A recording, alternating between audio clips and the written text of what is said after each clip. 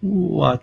What am I doing? What am I doing? Oh, that's a weather report for August 31st, 2022, and Scott's making me do this. That's right. We have to have consistency.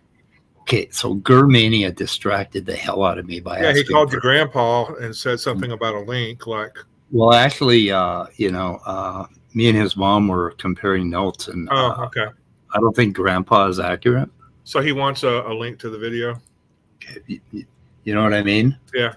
He wants a link to that particular video of you and his mom.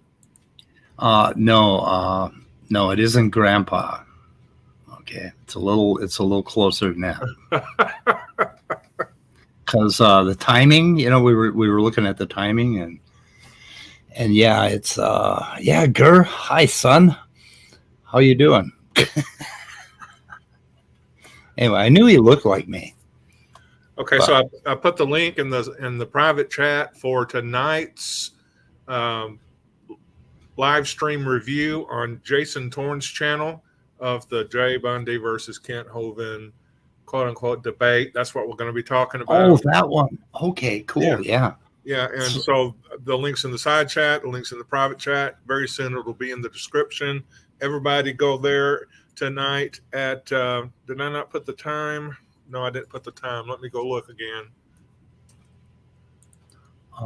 At 8 p.m. Central Standard Time, 9 Eastern. Okay. 8 p.m. Central Standard Time, 9 Eastern. Yeah, putting the time in the description doesn't really make sense because this video will go into the future of all your children's. Will be looking at this video way in the future, and they will say, "What do you mean 8 p.m.? What the fuck are you talking?" Because by then, hopefully, they'll do away with our arcane 12-hour clock based on yes. Yeah, well, we have a woke time telling system. Yeah, there'll be like bed here. Hey, yeah, Spooky's been here for a long time. He's Top Dog's in the chat. So is Dave M, a.k.a. Orge is here. Orge's here, yeah. We got some folks to just kind of bring in here because I know a lot of them saw the Jay Bundy thing, if we're going to talk about that. But Command Cyborg is here. And many other things. What happens if I do this? Oh, my God. Yeah, you see a picture of a guy. Oh my God. Oh yeah. So the picture I put out for the thumbnail today was a day in my life with Loki on the left and then Thor. Loki's the evil one with the black face. But I didn't have Snack because that picture was taken about 2 years ago. So and that was the first thing that went through my head was where's Snack? What have y'all done with him? Yeah, no. I figured Snack he was in a box with holes cut in it with the address of someone over there sleeping his ass off right now. He's been terrorizing us all morning. And, I'm just so happy whenever a baby little kitten like that sleeps its ass off. Yeah. So I've got a lot of stuff linked in the description. One of them is Mark Reid and AJ, Atheist Junior, debating Smell Cordova and some really bad guest, Eric Jewell. I don't know what the hell his deal is, but he is a lying sack of shit. I'll tell you why he's a lying sack of shit. Let's see, and so is Sal. The problem was he had such a really nice beard. He gives people with thick silver beards a bad name. Yeah, actually, mine's more white than silver. It's not really. I skipped silver and went straight to frosty white. Yeah, his whole argument was, you got no proof for evolution. There's no proof. You got no proof. You got no proof. Fossils are not transitional fossils. You got that ain't proof. Not unless you have the genetics. And genetics ain't proof because you got no proof. I want you to bring me some damn proof, and then we'll talk about evolution. Proof. So, I don't think there's any reason to make it full screen or to make it any wider than it is.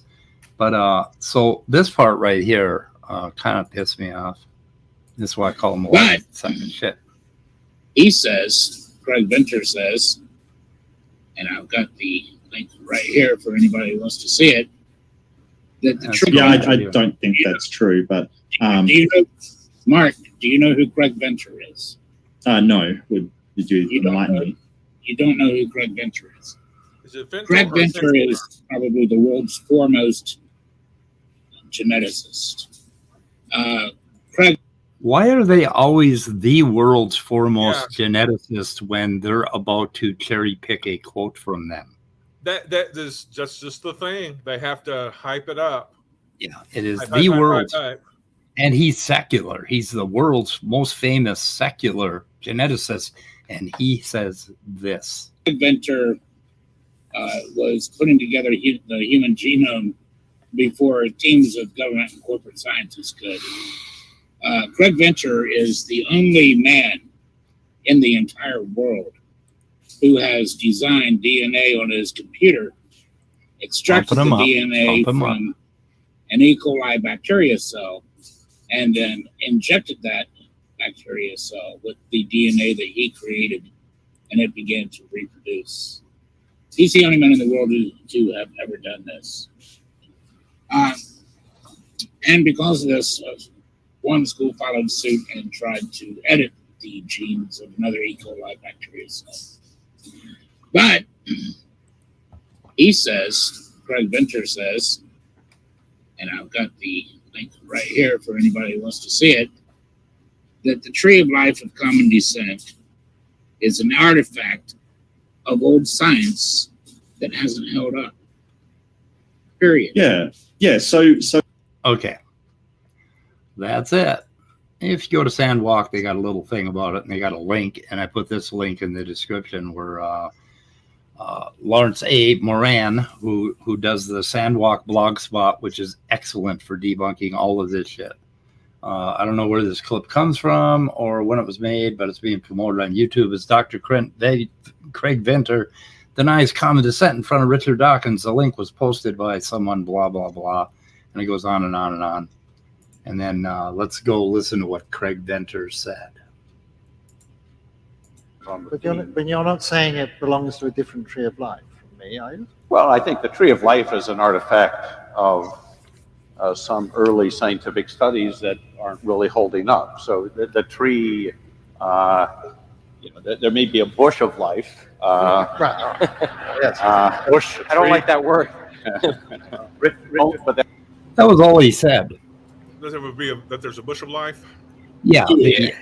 Okay, so you know that the tree of life basically has been, talked about, and doubt has been cast on this, this focused tree with the common, Yeah, it looks more like a bush at the bottom.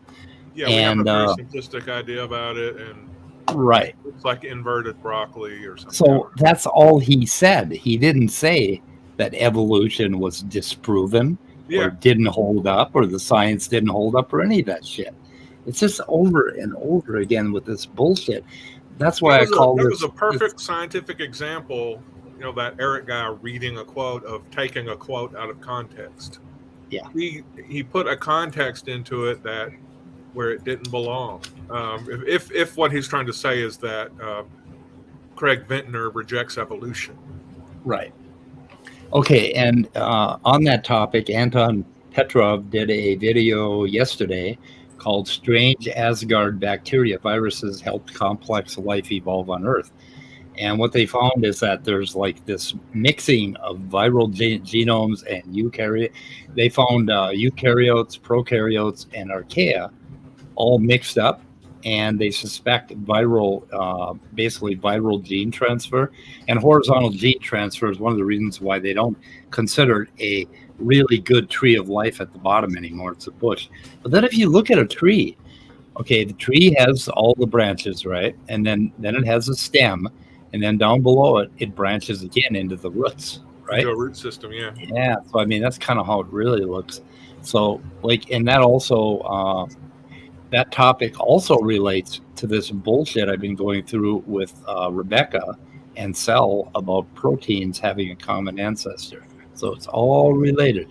Anyway, he's not actually my grandson. We figured out that he may be my son, Randolph. What? So. Yeah, I talked to your mom. This is news to me. You haven't talked to your mom? Not today. Okay, well, yeah, maybe you don't want to because. Okay, I Maybe put that off refuse. till your holiday dinners. okay, we better wait till we go backstage. I refuse to accept this. Well, you do kind of look like me. I mean, I could see that. If Yeah, I'm not that good looking. That's true. put some sunglasses on me and put a gur on my forehead, and I could pass for you. I just want to say real quick, I'm curious to hear Jason's thoughts on that Jay Bundy debate with Ken Hovind. Well, there's a stream tonight where he wants to raise that very subject. I thanks to you posting the link, I went ahead and made sure I have my notification turned on because I am curious to see that. And I was planning on watching the very debate that y'all are reviewing now with Sal and AJ, but I completely forgot about it last night. Just completely forgot and went to bed. I think it was the night before, wasn't it? Or when was I that? thought it was last night. I could be Oh, wrong. maybe it was. It was last night. I don't remember. Things happen so quickly around here. So anyway, so Jay Bundy and Smell Cordova are kind of going at it. So Sal called him, what did he call him? That nut job. He said he wouldn't debate that nut job. So Sal was going to run away from Jay Bundy. Yeah. Like he runs away from me. All Sal has to do is watch how Jay got along so swimmingly well with Donnie and Kent Hovind. Yeah, if he can get along with those two as good as he did, then surely he can get along with Sal. Yeah. Yep. So we were talking about this a little bit backstage, and I suppose we should talk about it. But okay, this was Kent's great 300th debate. And what Kent didn't get to do during this debate is do his usual condescending bullshit with whoever was debating him, where he says, well, son, you're welcome to believe that if you want to, but, Dinosaur, blah, blah, blah. Kent didn't get to do any of that. In fact, Kent looked a little bit out of his element during most of the time when Jay was lavishly agreeing with him. And I think he ran a game on him that I think Jay genuinely feels bad because of the pushback he's got. But the game he ran on him was the only game that made any fucking sense for that debate. Yeah, but he's agreeing with Kent Hovind and not pushing back. Yeah, I mean, are you going to use logic on these fuckers in that format, in that Donnie format with the Kent Hovind debates? Has anybody ever succeeded with logic? I mean, no, absolutely not. But at least people try. Whereas in this case, he's just like, yeah, you might be right.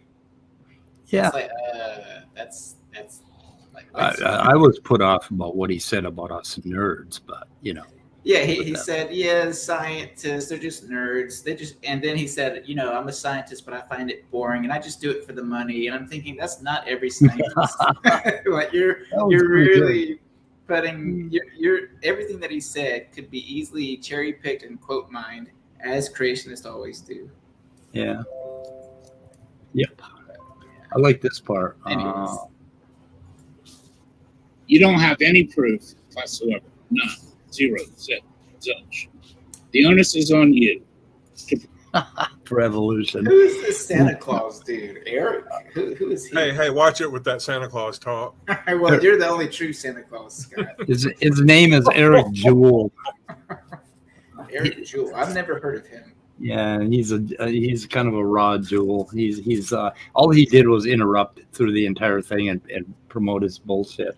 Has he been around these here parts? That's the first time I've ever seen him or heard from him. He doesn't have a channel apparently because he didn't have anything linked, and I don't know who the fuck he is. I don't know where he's an old Earth creationist. I don't know where Sal find these people. I don't know where Sal finds these people. Well, I think James finds them at last minute.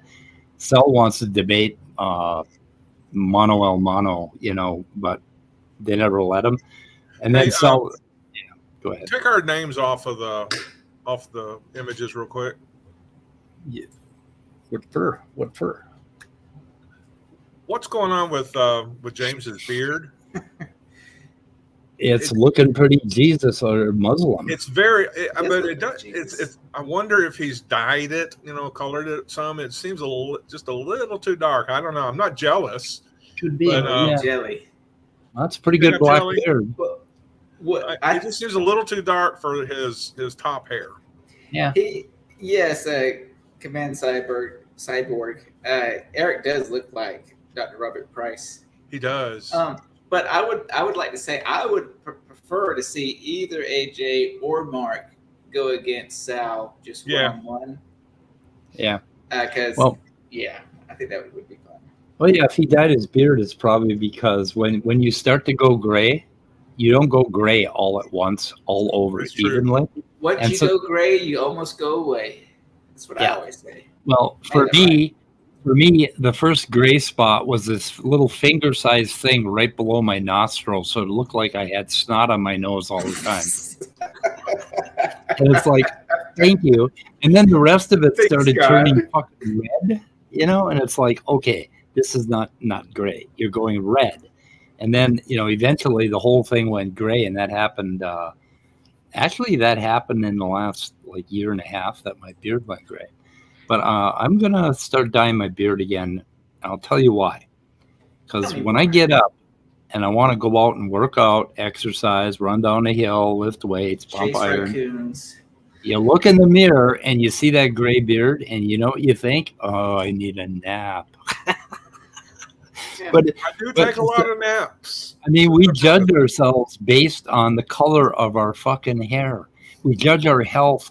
Like I tried it for a long time. I dyed my beard, and I went to an interview, got the job, left it all fucked up, different colors and half gray, never got the job. I dye my beard, walk up, my son say, "Hey, you're looking good today." Don't dye my beard, walk up there and say, "Dad, are you okay? You feeling all right?" It's like people judge your fucking health by the color of your fucking hair, you stupid fucks. Yeah, well, I say the beard makes James look like a young man. Yeah, it does. And he does look like that Americanized Jesus. I can't remember the movie, but there's a movie that came out, I think, in the 70s or 80s. Jesus of Nazareth? Yes, that's the one. That's who James looks like right now. Kind of like it, yeah. And I'm not knocking on the dude. He looks great. Yeah, I could put a crown of thorns on his head. Yeah. Yeah. I could hit him a few times with a cat o' nine whip. Yeah. I see what you mean. El Gore says shave it all off. Yeah, and I shaved my beard, my mustache off, and I looked in the mirror and I wanted to beat myself up. I don't know why, but I look like a smart ass. Does the carpet match the drapes? No, actually it doesn't. No, all black down there, or brown. Yeah, I'm sorry. Getting off the personal. This is getting to be a little more personal. Wait a minute, no. This is father-son stuff here. Okay, yeah. I'll just sip on my Father. 24.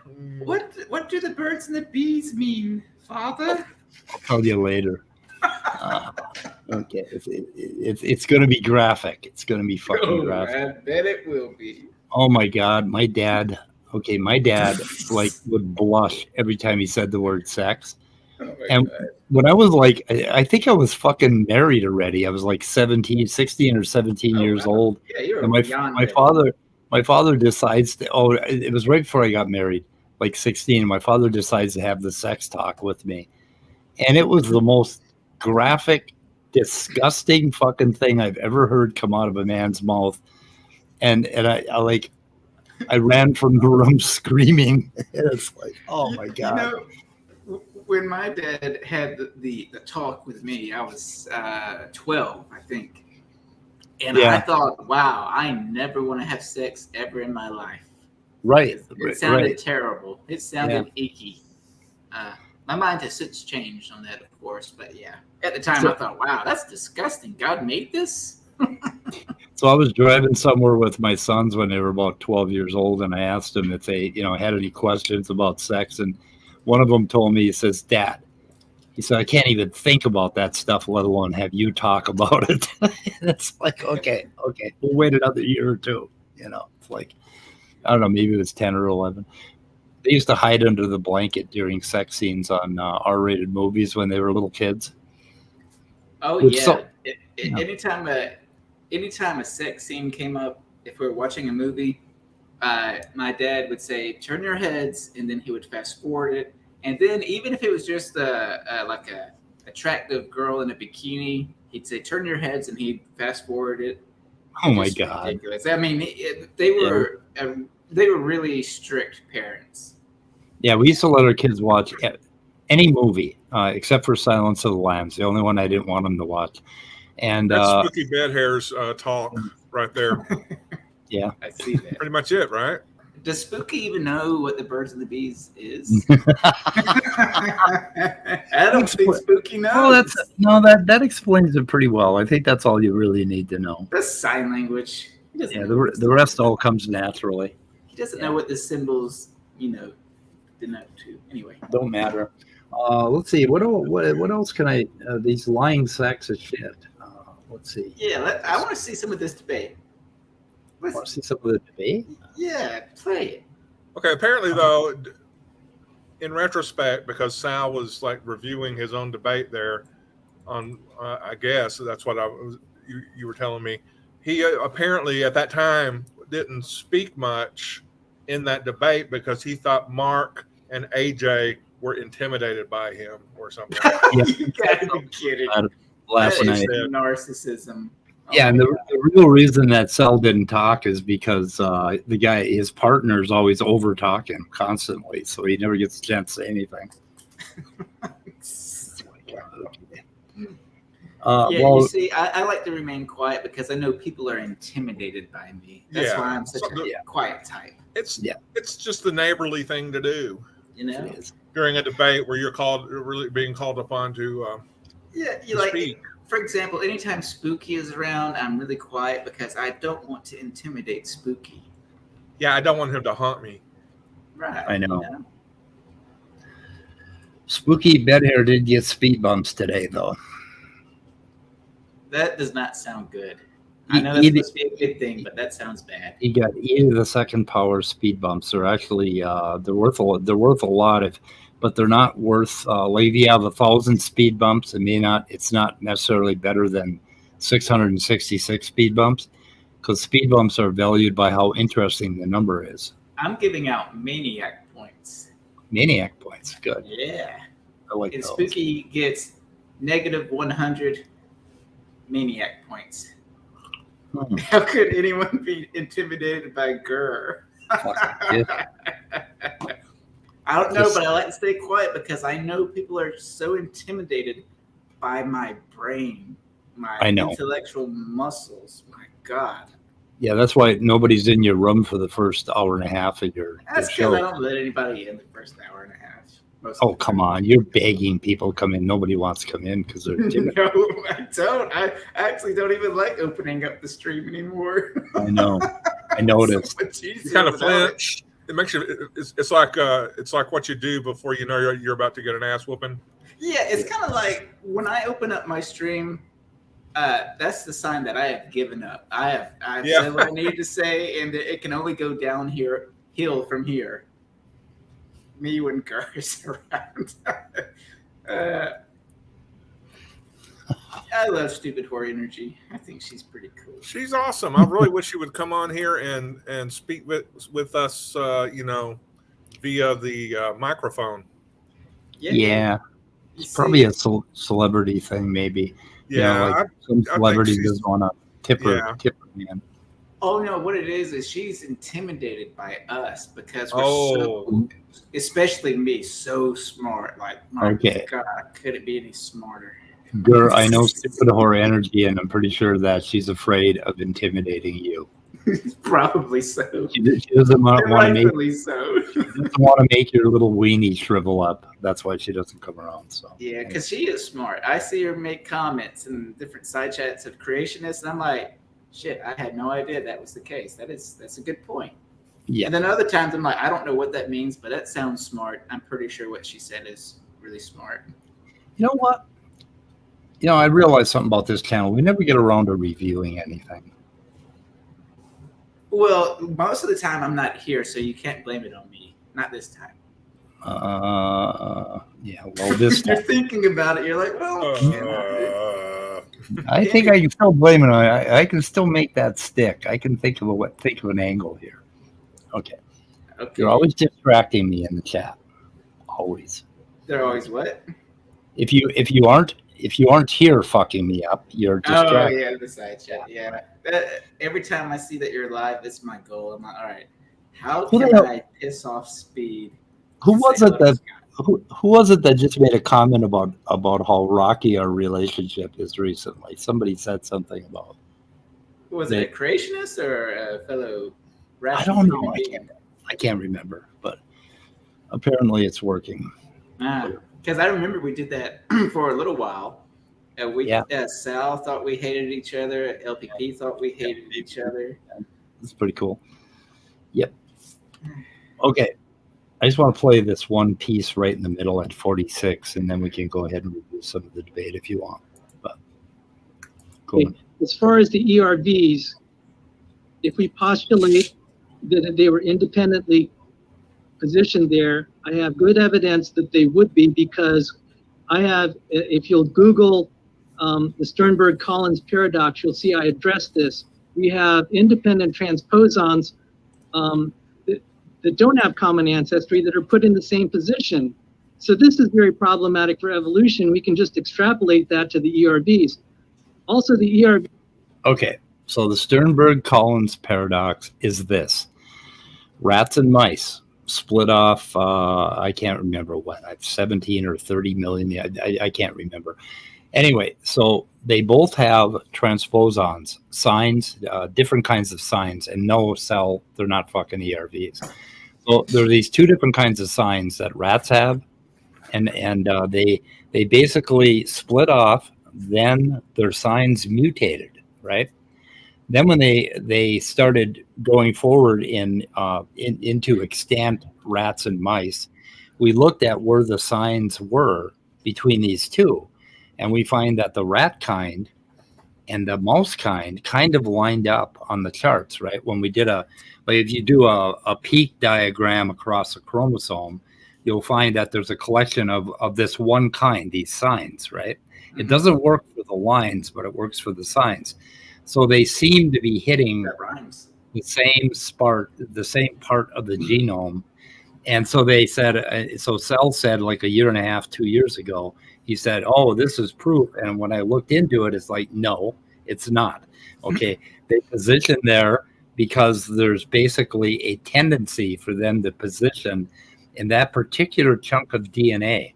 And I forget whether it was GC rich or what it was, but they do be in both rats and mice, and that's why you'll find them, but you will not find them at exactly the same positions. If you start to look carefully into it, you'll find that it's very random around this one area. If you look at big clumps across, millions of nucleotides, you'll see a peak, but then when you look down into it, no, they're not in the same spot. So the Sternberg-Collins paradox is bullshit, and Sal Cordova fucking knows it, and he's still lying about it, and he's going on about it. And why are they still lying about shit that's been debunked? I don't get it. That's all creationists can do, is continue to lie even though they've been corrected, and more times than not, hundreds of times, and they still repeat the same lies. He's got like a handful of lies, and he adds a new one about every 6 months, and he keeps repeating them no matter how many times it's been shot down, and it just fucking driving me nuts. What's with the zinc fingers? Like, does he mention that in the debate? And what does that mean, zinc fingers? It sounds like a kinky. Well, never mind. But what does that mean? Well, yeah, he may be doing something kinky with those zinc fingers. I don't know. He thinks it's his silver bullet. It's a silver bullet, the zinc finger. Yeah, we're going to talk about zinc fingers in some detail at some point here soon.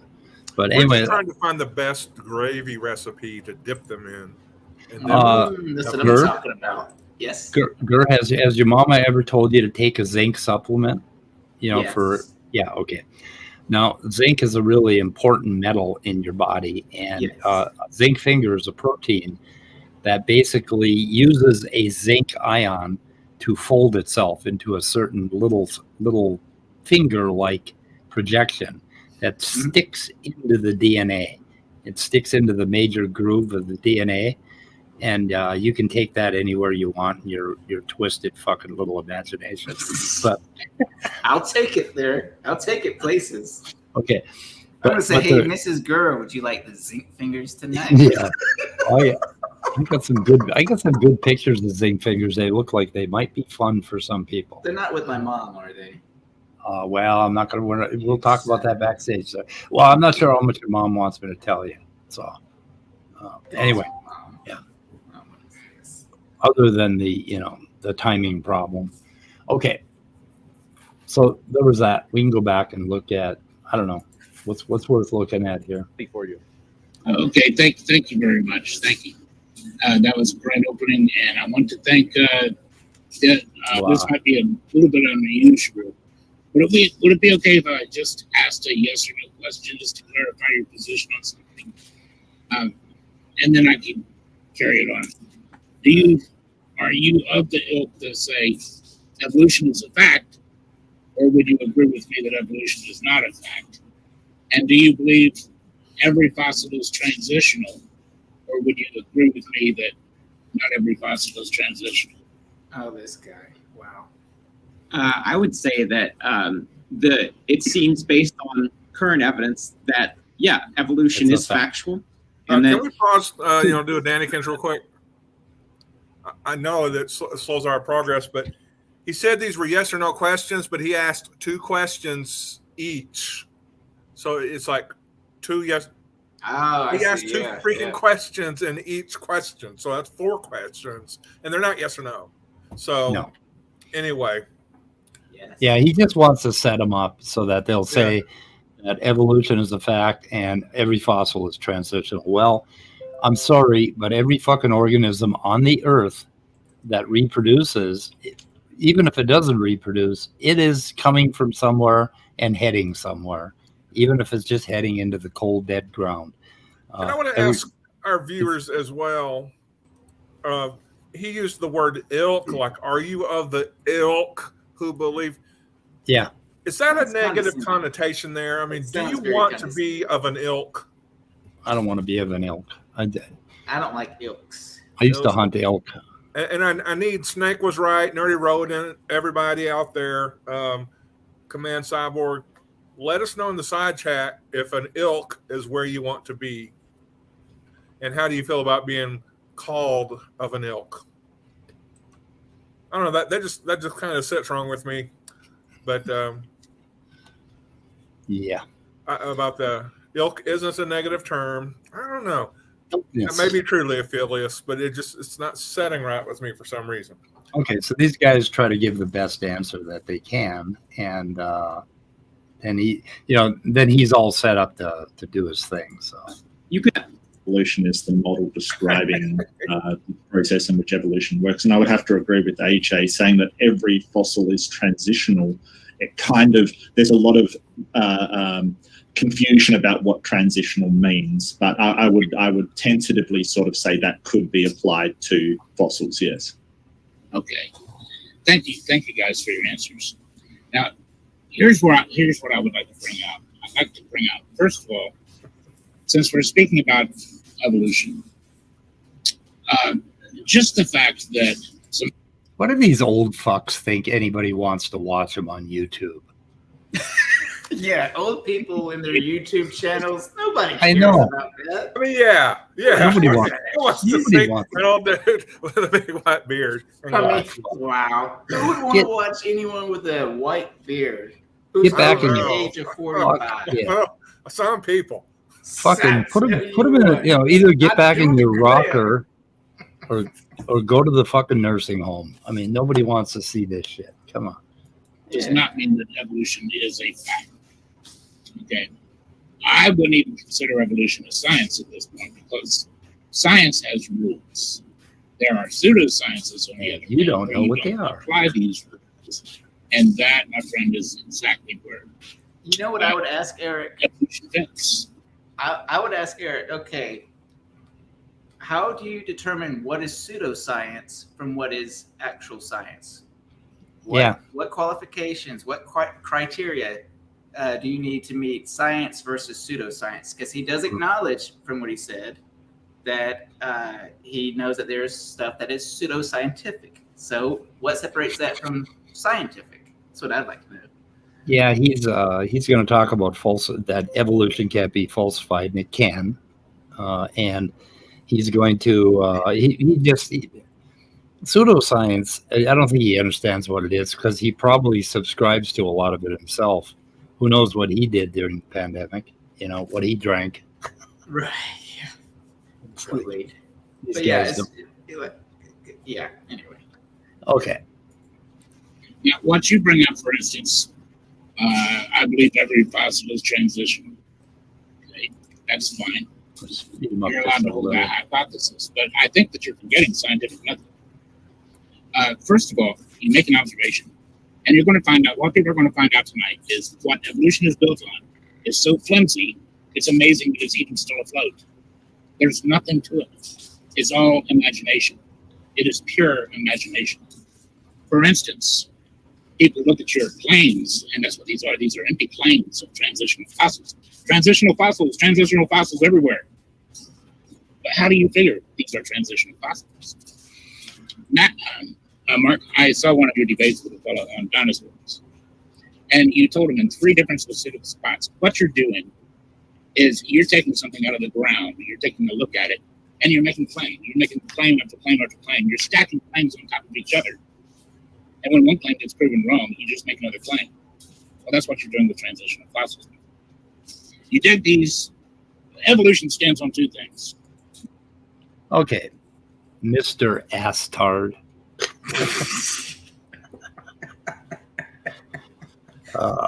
So they take them out of the ground and they make a claim. No, they take them out of the ground very carefully. They record exactly where that ground was, what layer. Examination. They brush everything aside very carefully. They do fucking MRI scans. They fucking check it out. They compare every little tiny dent in a bone, every little shape and piece that they can come up with. And they compare that with many, many other things. And that's how they do it. And it takes them, from the time they find the fossil, it takes them sometimes months to dig the damn thing up, get it into the lab in a plaster cast, and then it takes several, like 4 or 5 years or even longer to do the complete analysis to find out before they make any claim about a transitional fossil. Now, if that sounds like pseudoscience to you, then you're an idiot. Yeah, right on. And joining us now is one of the participants in that debate. AJ. Hey, I'm hearing an echo. Turn off your browser. Let me go sign in on my computer, and I'll be right back. Sure. Okay. Anyway, yeah. So there isn't much more to his argument. So I don't know. We can listen if you like, but I don't know. One, transitional fossils. This is your biggest evidence for it. No, and 2 is DNA. This is your biggest evidence for it. Yes. Wait. Which one? Transitional fossils or DNA? You said they're both our biggest evidence. I'm confused. So now we have to separate what is your observation, what is your hypothesis, and what have you done to test your hypothesis or to falsify it? Yeah. Okay, I can refer you to about, I'm guessing, over 1 million papers that do just that. Don't you just love it when fuckwits like him lecture you on scientific method? Yeah. I'm just now looking at the comments on that video, and somebody said Santa Claus trying to disprove evolution with the nuh-uh argument is my new favorite meme of 2022. Nuh-uh. So AJ, what how did you feel about your debate? I really enjoyed it. I thought that maybe this isn't evident to people that watched it, but I thought that me and Mark worked together as a team really well, and the other team did not do that.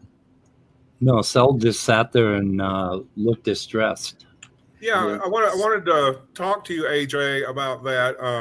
Apparently, Sal just kind of held back on you guys because he said y'all were too intimidated by him. Apparently.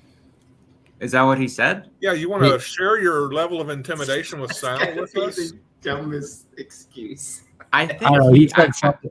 I'm not sure what he said on the stream last night, but it was something kind of like that. I think he was just legitimately having a lot of audio issues. Yeah, like talking into his fucking shoe or something. I'm not sure what he was doing. Yeah, because like he was saying something that like he was streaming on he was joining the Zoom call on his phone, but he had to join with a second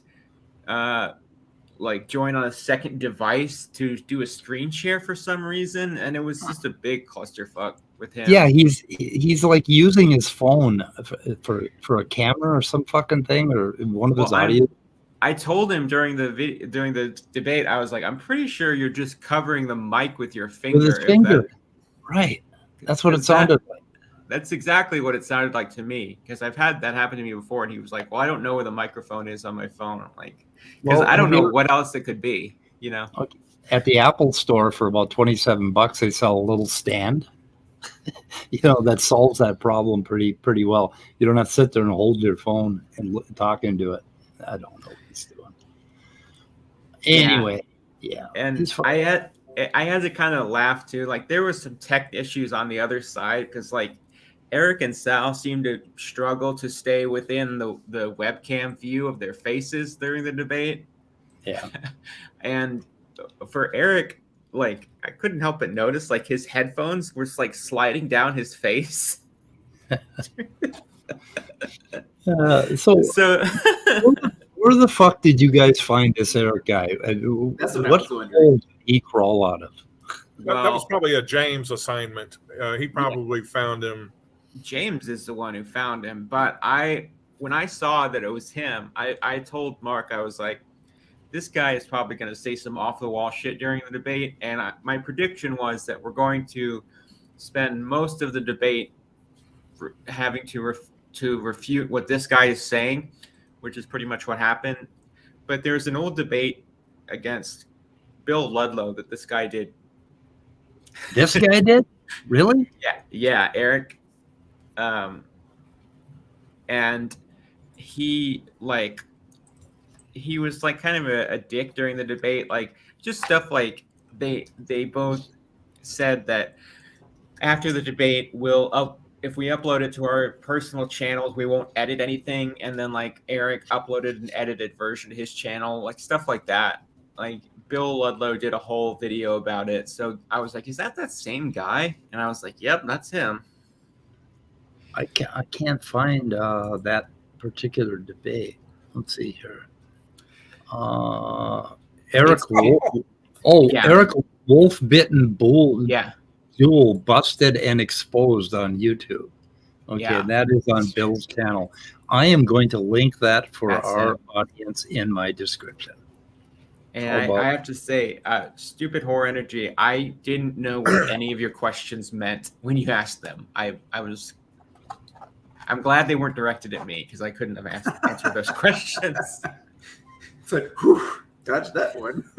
Well, she knows how to ask some smart questions. That's for sure. Yeah, there were like no questions for me and Mark. It seemed like the audience was just like not on their side very much. Well, I was gonna say, one, I meant to watch that debate. I had my notifications turned on, all that good stuff, but I completely forgot and fell asleep. Then I ended up not watching any YouTube. But I'm looking at the comments right now, just scrolling through them, and oh man, the creationists are getting nothing but hate, which is beautiful. I think maybe not hate, but criticism. That might be a better word. Yeah, I was cracking up at some of the comments, like Santa Claus is broadcasting from the North Pole, and like Mark is now on the naughty. Mark is now on the naughty list, and one of the commenters called Eric George R.R. Moron. Oh, that's genius. That's fucking genius. So Okay. it was fun. You want to know the side copyright chat real strike. quick? Godless Girl wants to join. You want me to throw the link out there and just see how we can turn this into a shit show? I mean, it doesn't matter. It's your Throw show. it out there. We're not going to get far in this debate anyway. Same for every other crazy flat earthers. While I'm doing that, I just want to pause and have everyone note in the description we have a link to Jason Thorne's channel. Yes, he does have a channel, and we're going to be doing a live stream debate review of that Kent Hovind and Jay Bundy debate. Scott, is it just going to be Jason doing the reviewing, or is he going to have others in, like yourself? I'm not sure. I won't be able We'll just have to go and show up. But speaking of which, AJ, I'm glad you're here. I thought about actually just emailing you this. Did you happen to see Kent Hovind debate Jay Bundy? No, I have had a lot of people asking me about this debate, but I have not seen it yet. I've been meaning to watch that. It's something. I think Kent was truly didn't know what the fuck to do with him. It wasn't good. I don't think it was good. I'll just throw that out there. I don't think Jay did good, but I think it was intentional for reasons I just don't agree with. Whatever. I think I'm one of the few people I think he did really good. Grateful to be midnight. Oh, hello. Hey, Midnight, how's it going? Are you grateful? Time to Midnight? shut her down. Yes. Yeah. Okay. Well, time to shoot her in the Yes, head. sir. But Well, I heard that Jay was agreeing with like everything that Kent said. yeah, he was. Oh, 80% of it, he was saying yeah or implying agreement, if that's even a thing. I don't know. I think he just refused to play the fucking game the way everybody expected it to be played. He just said, fuck you all, and I'm going to do this a little bit different. And he did something very different. Well, AJ, of course, you know how younger creationists, they always quote mine and cherry pick which quotes they're going to use by the evolutionist. Oh, they're going to find just all kind of good quotes to pull out from that debate.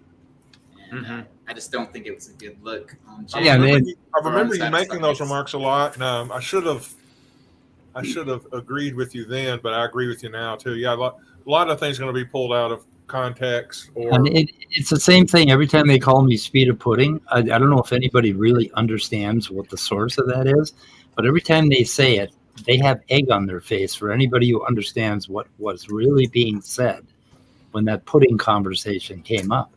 I mean, they just make fools of themselves every time they use it. The fucking joke is on them. And it's going to be the same with everything they use from Jay Bundy. Godless Girl, hi. How are you, Godless Girl? No. Are you godless? What? Are you still godless? Yeah, you guys don't know who I am? I was about to ask, do y'all not know who she is? Y'all know who she is, yeah. Okay, yeah. I am subscribed to her channel, actually. I like some of her unconventional approaches and unconventional videos in terms of I would love to see her visiting grocery stores and some interesting encounters with people with your dog. Oh, most people haven't seen those videos. I'm more known for the debating stuff. Yes, I have seen your debates. Yeah, and apparently you and this guy named Sean have been having this ongoing feud. Who's Sean? Oh, yeah, there's like 7 videos of that now. It's like a saga, and he fails every time. Like, he tries to debate me, it's really funny. What is a Sean?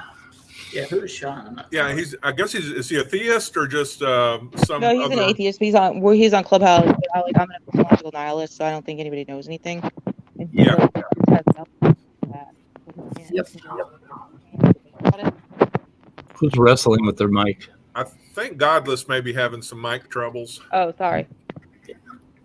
Yeah, you don't have to wrestle that thing. You just talk into it. Yeah.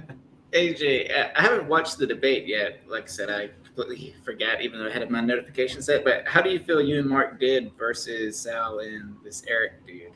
I think we asked. I think we did good. I would say that we won the debate because, like I said, like we prepared before the debate started, which I can't see them having done. I don't think that they did, and we were sort of on the same page. Like there was moments in the debate where, like if I forgot something and Mark would remember it, or vice versa, and we helped each other out and backed each other's arguments up. And they were just not doing that. It's like Eric was just sort of talking the whole time. He was really gish galloping and changing the topics like on a dime. Well, I hate to do this. I have to balance, but I'll be listening in. Y'all have a good one. All right. I see, Gur. As soon as I come in, you leave. His girlfriend must have been coming at him with a rolling pin or something. Yeah, that happens. So yeah. Godless, you are a say it again. Is it epistemological nihilist? Yeah. Okay. Epistemological nihilist. Yeah. So, and I find that position interesting because, like, there are certain things that I claim to know. Like, I know I love my grandchildren, and I know, of course, I know I love my family, my son, and included, but I know that not through the following of an I want to say I can't remember the phrase. You know, where you have two premises and a conclusion. A syllogism. Yeah, syllogism. Yeah, the word just escaped me. So, how do you conduct your life in that manner? Of surely, like with your child, you know. You have and love your child. So are there like two different kinds of knowledge? Well, I mean, in everyday life, my position doesn't really affect my beliefs at all, right? I function like a normal person because I believe things. It doesn't matter if, like, my philosophical position is that nobody knows anything. So would you push back on the idea of certainty and absolute knowledge or foundational knowledge or whatever in the fuck you want to call it? Well, I don't think any of those exist, and I don't think just thank you any justified true beliefs exist either.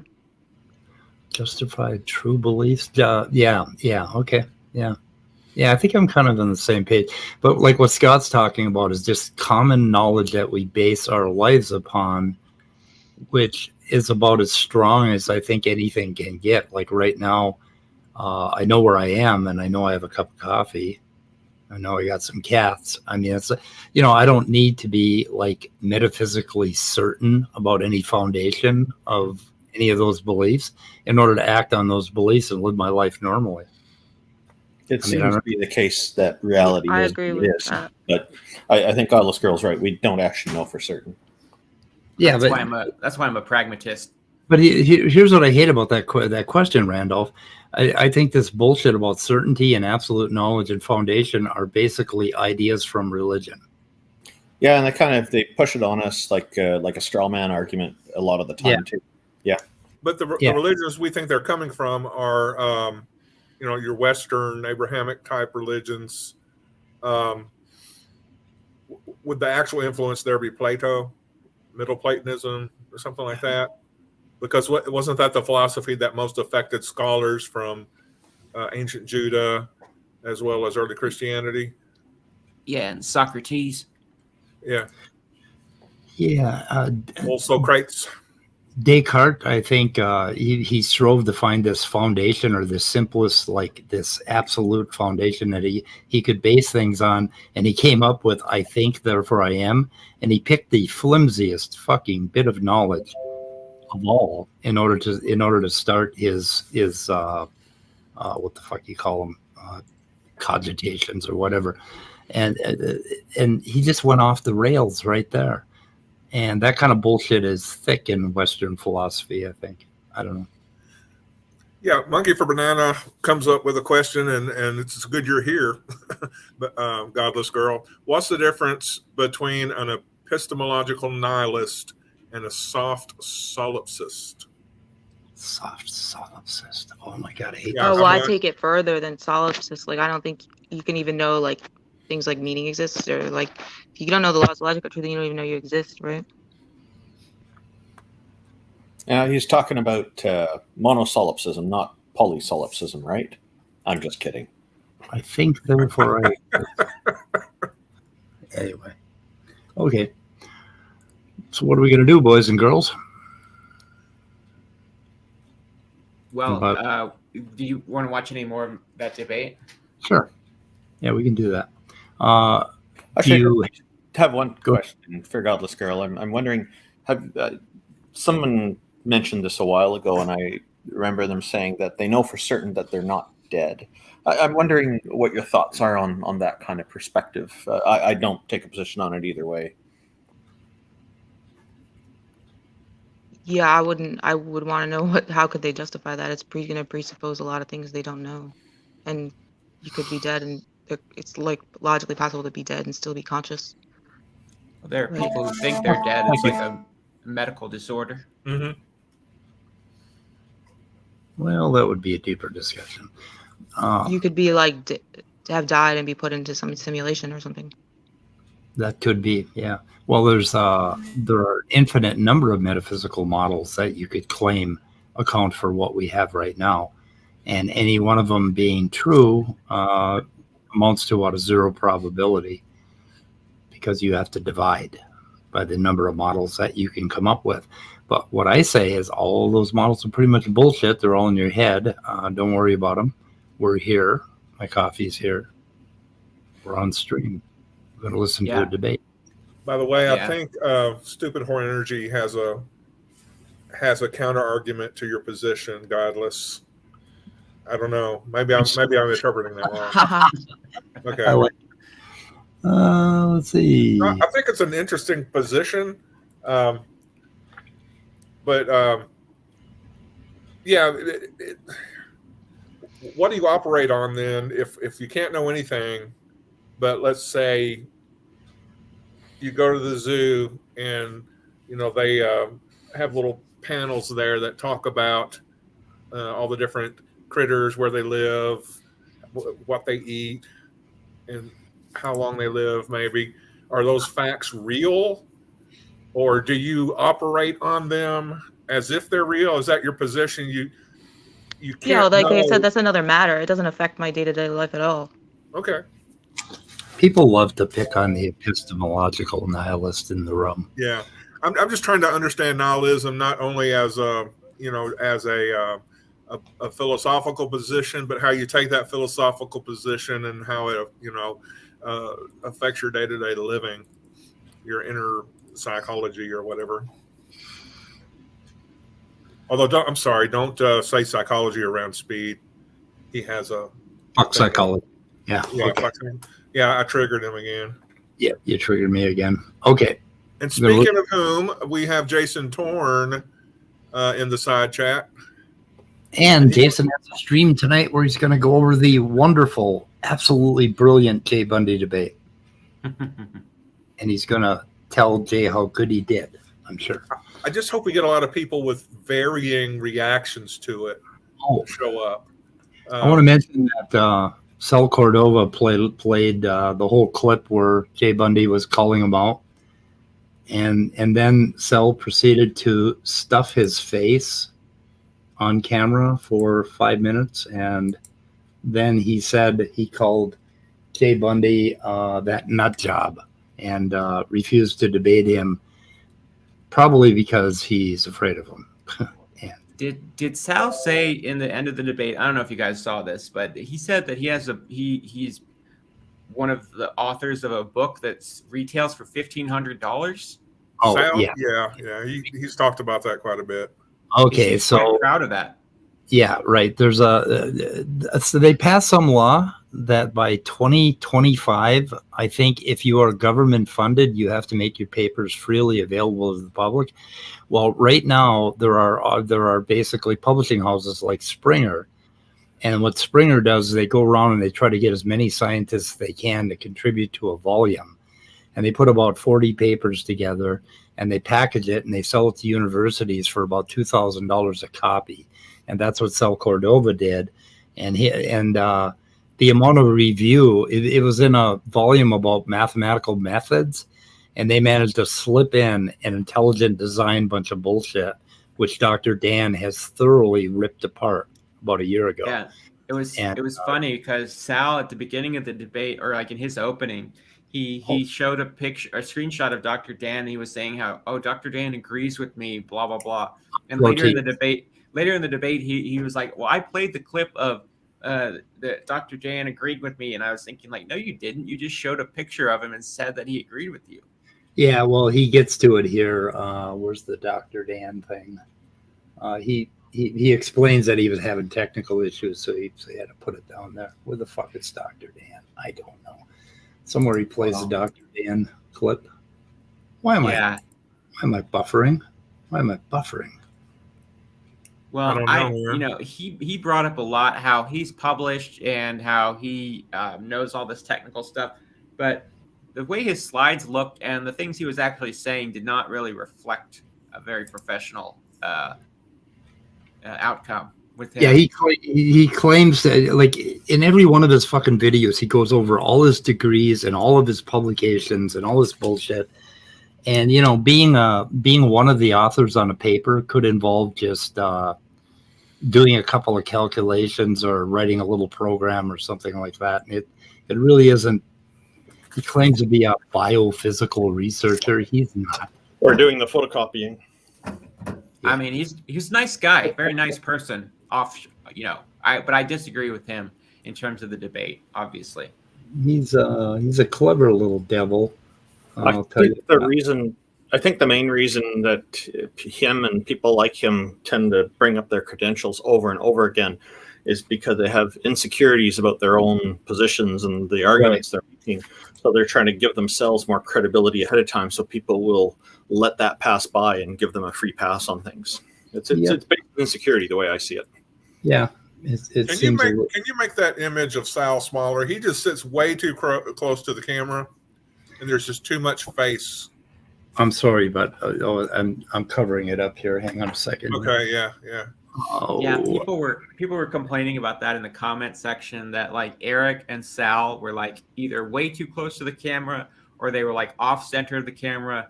Meanwhile, me and Mark are like perfectly centered. It was just it was a visual representation of the debate itself. So there's something that you should never teach kids about, and it is critical race theory. Bum, bum, bum. Let's see. Yeah, and see, now I have to throw on my laptop. It's illegal for any electronic device to say critical race theory in Texas. Yeah, talked over them. You did. Did I talk over you? I'm sorry. No, you talked over Sal. The school board. God bless you. Yes, you should be concerned. And thank you for visiting, and especially if you watched the debate. Yeah, that's all he has to say about critical race theory. You should be concerned. Your kids are going to learn about critical race theory. Oh my God, what is going to happen to them? The children. We must save the children. It's like, yeah, what the fuck? It's more just the history of racism. And the U.S. has a long history of racism. So right. I don't see why kids shouldn't learn about it. Yeah, they like when, you know, I'm really, really old. So I heard all this shit in 1962, 61. And they told us that there was no such thing as racism. That was all taken care of in 1860. You know, that it was all gone. And there was and being a cracker-colored person from northern Minnesota, that's all we knew. And then the 60s happened and the civil rights movement came up. And all of a sudden on the news, we found out, what the fuck? We found out what was really going on in the southern United States. And that's why we all got out there. And of course, I never protested, but a lot of my friends did. We went out there and we raised total hell with the fucking government. You lied to us, you fucks. It's like they need, and if they're teaching the real history and the reality of what the hell's going on in the world, I don't see that as a problem. I don't know. But anyway. What else? Okay. I don't know. Do you want to back to the debate? Yeah, I haven't actually seen any of it since I joined. I know. We're not very good. By the way, I just want to say to Stupid Whore Energy, the reason why I'm close to the camera is failing eyes. So please don't hate me. Yeah. She did a note about Sal and Eric, and I don't want to be part of their ilk. I know I get too close to my camera too because it's stuck in between my two 55-inch monitors, so I can't make it go anywhere else. I don't. So when I lean forward to talk into the mic, I'm too close, and nobody wants to see that shit. Okay, we're gonna play the debate or what? Yes. I'm sorry. I'll quit interrupting. Well, I submit nothing. First of all, let's take transitional fossils, for instance. Transitional fossils, Archaeopteryx is a good example. You have the Archaeopteryx. The Archaeopteryx is said to be a transitional form in between a theropod dinosaur and a modern bird. Somewhere in there, that's where you fit Archaeopteryx. So now, you have your observation that this is based on. What is your observation? Well, the Archaeopteryx has similarities of a theropod dinosaur, and it has similarities with the bird. Yeah. So we can assume or hypothesize that it is in fact related. It is a transitional form between the two. Now, falsify that baby. There's no way to falsify that. Okay. I mean, that's a pretty good explanation. Yeah. But then we explained how you have, that hypothesis, and then you make predictions based on it, which Darwin himself made. And this is a good example of what I was talking about with how me and Mark were able to work together, is that Mark brought up one thing that Darwin predicted about Archaeopteryx, and then I was able to add another thing that he predicted, and stuff like that is how I think that we scored more points than the other team, because they weren't really working together. It just seemed like Eric was just kind of gish galloping, and Sal was just not really. Okay. So doing anything. He explained rather well how you know it's a transitional fossil, right? How do you falsify it? Well, you have basically an outlier species, and you find something in Archaeopteryx that doesn't match either theropods or birds, something that's way out of line with it, right? Then you got a problem. Then that's how you falsify it. You falsify it with the same fucking evidence that you're using to basically verify the hypothesis. So, I mean, there are a lot of ways to falsify it. And in fossil research, this happens all the time, and there's all sorts of fights. But the fights are usually like between very, very closely related clades. And that's where the fighting really goes on, where they'll find some new thing. They'll say, well, no, this looks like this is somewhere else. And then they'll change the fucking tree a little bit, and they'll yell at each other. And this happens all the time, but he's full of shit. So anyway, I just want to point that out. It's a plane. It's an unfalsifiable plane. No. If it's unfalsifiable, it's not even science. It's as good as science fiction.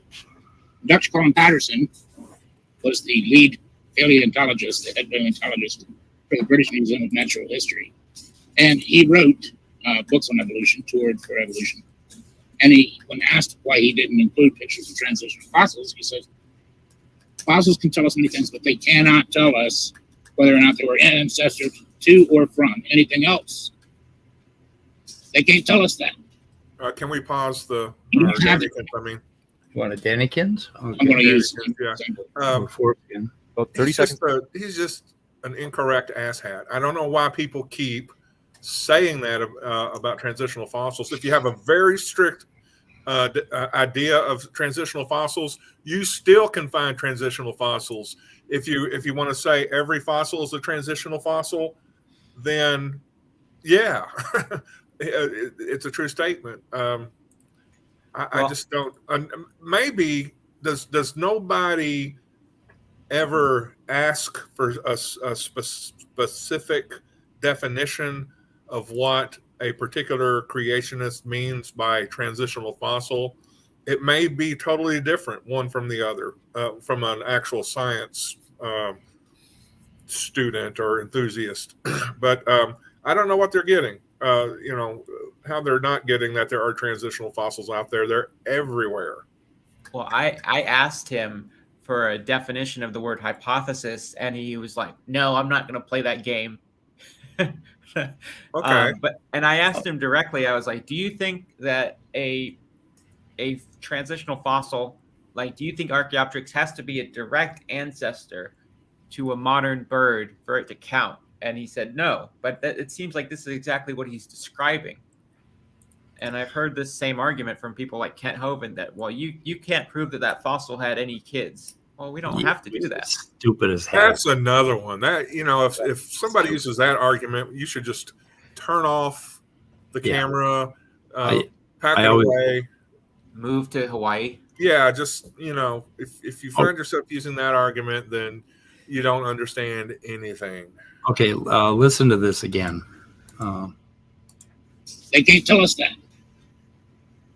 You don't have the. No. I'm going to use another example here. About 30 seconds left. Okay.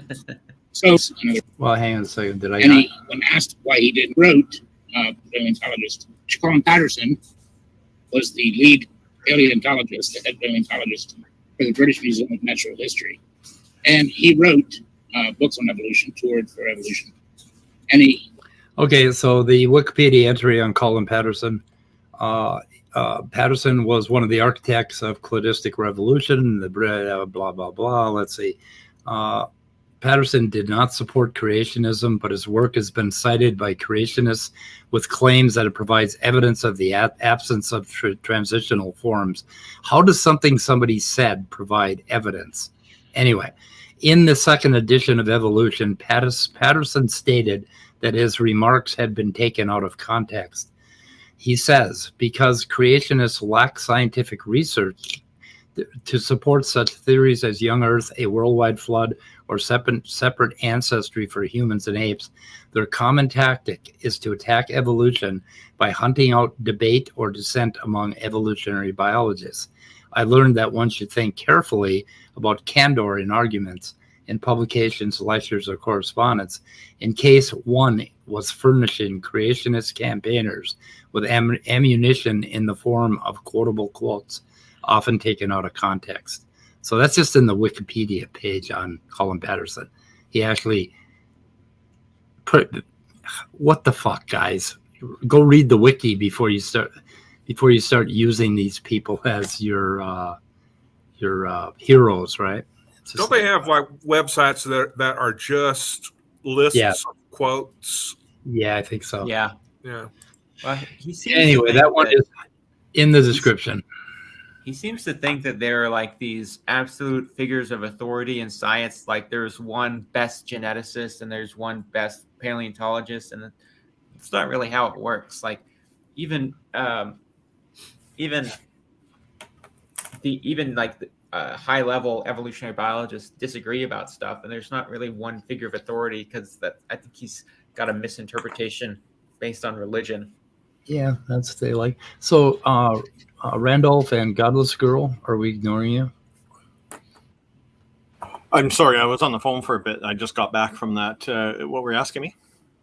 If we're ignoring you, but apparently you are ignoring us. Oh, no, I'm just listening. Okay, sorry. I didn't mean to ignore you. Scott, did you see my message, my chat to you in the text? No. On StreamYard?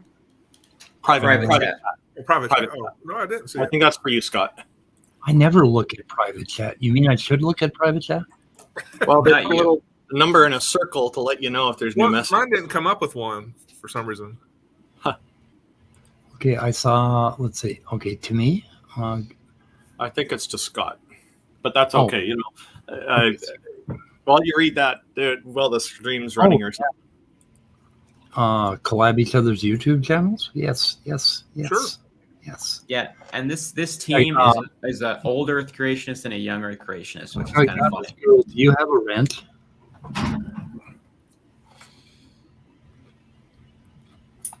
Godless Girl? Do you have a rent? Sorry, I can't. I'll be back in a minute. I can't talk for a second. Oh, I'm giving you a wrench. So. Yeah, she doesn't have one. Okay, everybody has a wrench now. Even Godless Girl. Okay. Let's go further. Keep going. When asked why he didn't include pictures of transitional fossils, he said, About 30 seconds left. So basically, let me just wrap it up by saying this. You got no evidence. You don't have any proof whatsoever. None. Zero. Zilch. The onus is on you. to provide said proof that even one transitional fossil exists. Show me the tests. Show me the DNA, where it was the DNA of this transitional fossil was tested against its child. Pause, or Danikins. Did he ever discuss Tiktaalik? I mean, surely that was brought up as an example. Yeah. Except for the fact that you cannot prove that that specific Tiktaalik ever reproduced. Yeah, Right. pretty much. Okay. So, but he didn't bring it up?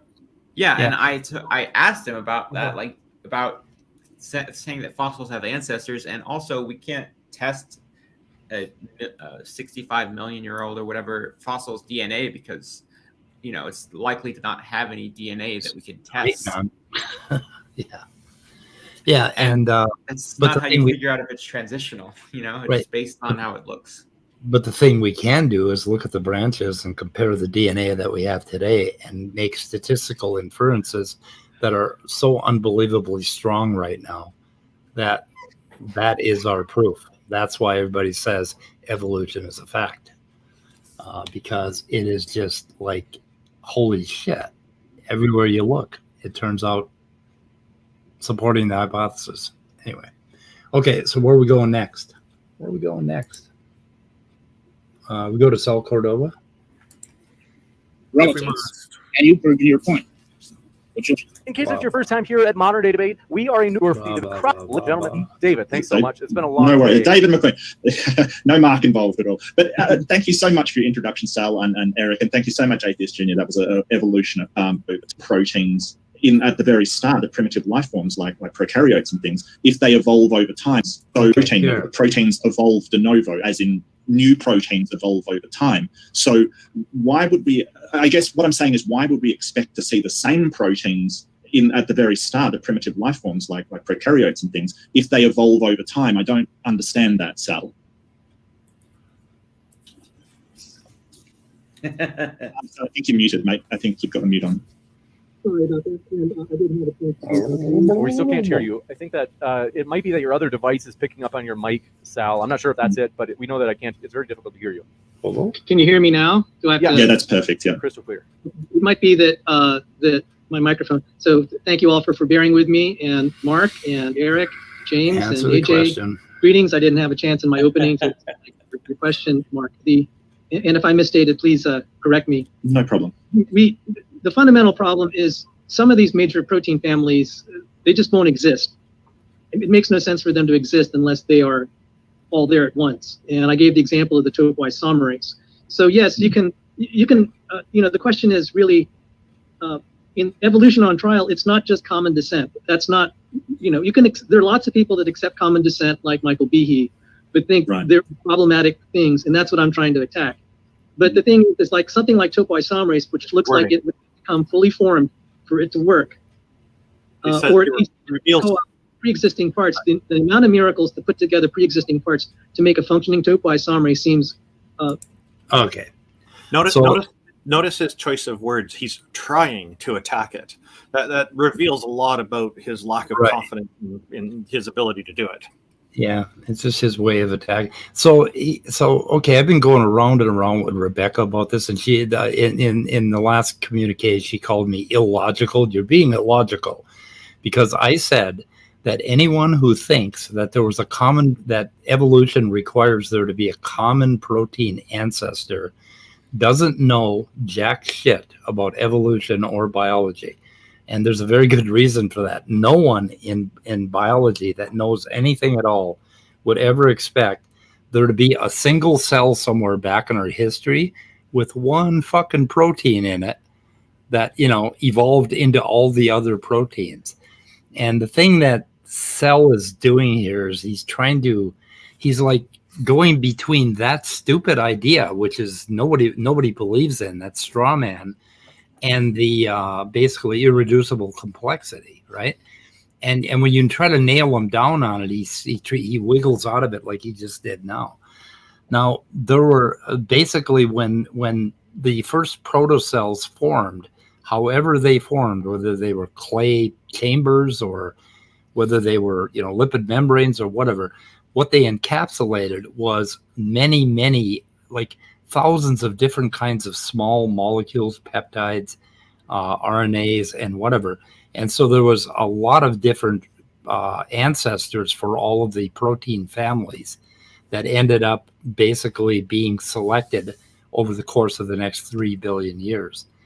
And there was all sorts of transfer going on between organisms, horizontal gene transfer. And that paper that Anton Petrov was talking about shows that there was viral transfer. And there were a number of different sources for all of these protein families. And when you start looking at how protein families evolve and how topoisomerase evolves and how zinc finger evolves, what you find is that there are these like Lego-like units called domains that tend to reside in one exon. And when you start to understand how they become duplicated, copied, mutated a little bit, you can see how domain shuffling creates new de novo proteins. And they didn't come from one single source. They came from thousands of different sources. And why he keeps putting this, every time he says this, it indicates that he doesn't know jack shit. How could he possibly be a biomedical, biophysical researcher if he doesn't even understand that? And it just blows me away when these guys get away with this shit. Anyway, and then he has the Dr. Dan clip where Dr. Dan says, no, it didn't evolve from a single protein. Nobody believes that. No one. Sal, shut the fuck up. Okay, I'm done. Yeah, some of the weird things that has come out of that channel. Yeah, it's pretty amazing. Astronomically remote to me, even at an intuitional level. And then as I've worked through some of the math for, like, say, the transition from prokaryote to eukaryote, don't know and they have to do things, they have to reformat things and insert things like nuclear localization. So when he works through the math, what he's talking about is multiplying what he thinks are probabilities until he ends up with a really big number. That's his math. Signals. Once we get into the cellular and molecular details, rather than just looking at shapes and fossils and, speculating transitionals, when we get down to the actual molecular level, which what Michael Behe did, it starts to become like, well, at some point it looks indistinguishable from miracles. Let me finish for him. When you get down to the molecular level and you start looking at the actual genome, and you start looking at actual proteins and what's happening across organisms, evolution is just absolutely a fucking fact. I mean, it jumps out of the page at you if you really know what you're doing, and he doesn't. And that's where the discussion, I think, really needs to go. A lot of creationists focus on arguing the fossil record. I don't do that. My research has been at the cellular and molecular level, and so I ended up throwing a lot of terms and concepts that people usually don't hear in this discussion. But that's what I research. So my main claim is, you look at his research his very research. Impressive. Very impressive. His research involves finding a lot of big words and trying to impress people, and finding a lot of cherry-picked quotes and a lot of cherry-picked proteins that he can claim irreducible complexity. Blah, blah. Has anybody figured out that I don't like Sal? He's also got a really strong propensity to find silver bullet arguments that really aren't silver bullet arguments. Yeah, now he's working on cosmology and the Big Bang. Sal has put Mark to sleep. Hey, we lost Godless. Oh, anyway. Okay, is my bias showing on Smell Cordova? I don't think it matters. Maybe Godless likes Sal. No, I don't think Godless. No. I doubt it. I think you're attacking the arguments primarily, and that's fine. Okay. So having an issue with wrong information, yeah, that's a reasonable thing to not be happy about, because it can cause a lot of problems. It screws a lot of people up when they're trying to communicate with others who are not misinformed. Like This is why I'm not crazy about the concept of ad hominem, how people say you should never, ever criticize a person, only their arguments. But a lot of times a person's personality is tied to the way they make their arguments. Yeah. And so it can be hard to untangle those two things. So I'm not a fan of that term. Their motivation. You know, to be the hero one creationist who's world famous for overturning evolution, that is Sal's dream. He wants the Nobel Prize for overturning evolution and old Earth, and that becomes a psychological issue when somebody is so tied up in trying to be the one true source of information. But what pisses me off about Sal is he will put on a really good show and use a lot of technical jargon to make himself look good and go over his fucking degrees and his papers over and over again, and then put out misinformation that is so easy to just scrape away the surface and look at and find out that he is lying to you. And it's just he's catering to an audience that thinks that there's one book that has the answers to life, the universe, and everything. And we all know that was Douglas Noel Adams instead, but that's not the book I'm talking about. And so he caters to that audience, and they love it because to them, they see this as ammunition against everybody who doesn't agree with them. Yeah. You're referring to the biblical trilogy by Douglas Adams, which was actually 4 books. So yeah. I would not call that biblical. It's a much higher standard in my view. But standard than biblical. Okay, good enough. It's actually properly written. I have to get going here because I have an appointment to get to. I'd love to stick around and we got to shoot her in the head pretty quick anyway. So thank you for hosting this. This is very interesting, and it's good to see you, AJ, and Scott and everybody. I'm curious if you've seen Randolph. I'm curious if you had seen the video that you helped me work on, the one about the construction site at Dinosaur Adventureland. No, I have to go and take a look at that. So I got a lot of nice comments on that. So thank you for helping me with that. Oh, you're welcome. Yeah, as little as I could. I'm happy to help any way I can with things. So just feel free to ask me again. I really don't mind. So AJ, could you give us a link to that video? Yeah, I'll put a link in the private comments. Okay. I'll relay it to the public chat before I go, if it gets in before I have to leave here. And I will put it in the description because we mentioned it. We have to link it, right? And I want to see it myself. I have not seen it yet. Anyway, bye, Randolph. Thank you. Okay, take care. Bye-bye. Yeah. Anyway, what are we going to do now, boys and girls? I don't know. Well, I guess I could talk about that video a little bit. Sure. Oh, and I have some news about my channel. I don't know if you're going to end the stream soon, but we are. So go ahead. Yeah, I saw a video on Kent Hovind's channel, these crew corners where they were showing the construction sites, Dinosaur Adventureland, and I was like, this looks like they're making a lot of mistakes here, but I don't know enough about construction site etiquette to comment on it. So I showed the video to Randolph, and he found a bunch of things that were not good. And so I made a video with his comments in it, and I got a lot of good feedback on it. And as for my channel, I had a meeting today. Maybe, I shouldn't mention it yet, but I doubt it'll matter. But I had a meeting with some of the people from the Atheist Experience about me possibly being on one of their shows in the future. Awesome. Yeah. Probably something like Talk Heathen or Secular Sexuality. Cool. And also, me and Paula Gia might be doing another collab soon. Excellent. That last one rocketed you forward considerably. Yeah, it sure did. And it's been a year since then, so I think he's interested in doing a sort of update video on Kent.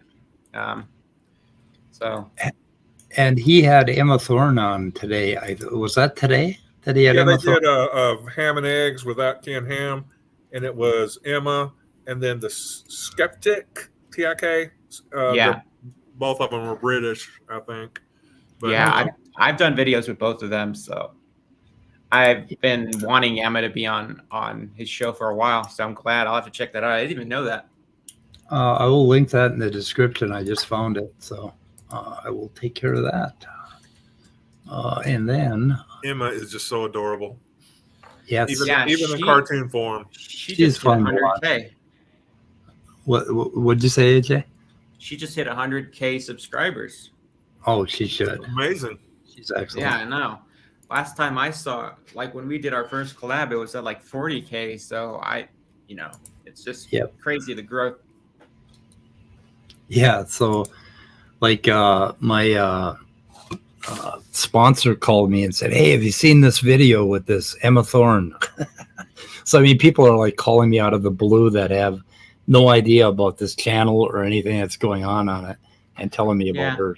Yeah. I had a similar experience. Like I had an old like internet message board that I was a member of from when I was like 13 years old, and I stayed in touch with those people for a long time, and we had different message boards, and eventually they migrated to a Facebook group.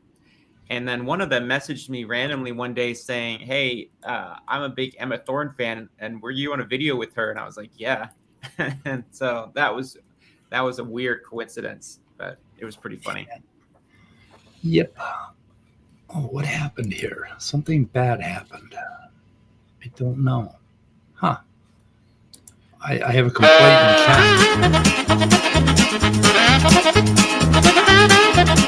chat. There you go, Tangelo. Anyway, I can't play any more of that. I get copyright strikes every time I do that one. I didn't used to, but then suddenly they started striking on that. So anyway. Yeah. But I don't think we're going to get much further in this debate. But there's a whole lot more in that debate. I mean, like at every point they came up with, what the hell? And then Sal in his after show, that's also worth taking a look at, because he pushes back on the multicellularity that you came up with. And, he basically tries to push back on a whole bunch of different points. And then he plays his Dr. Dan clip somewhere too. That I'll have to check that out. Agreeing with him. Yeah.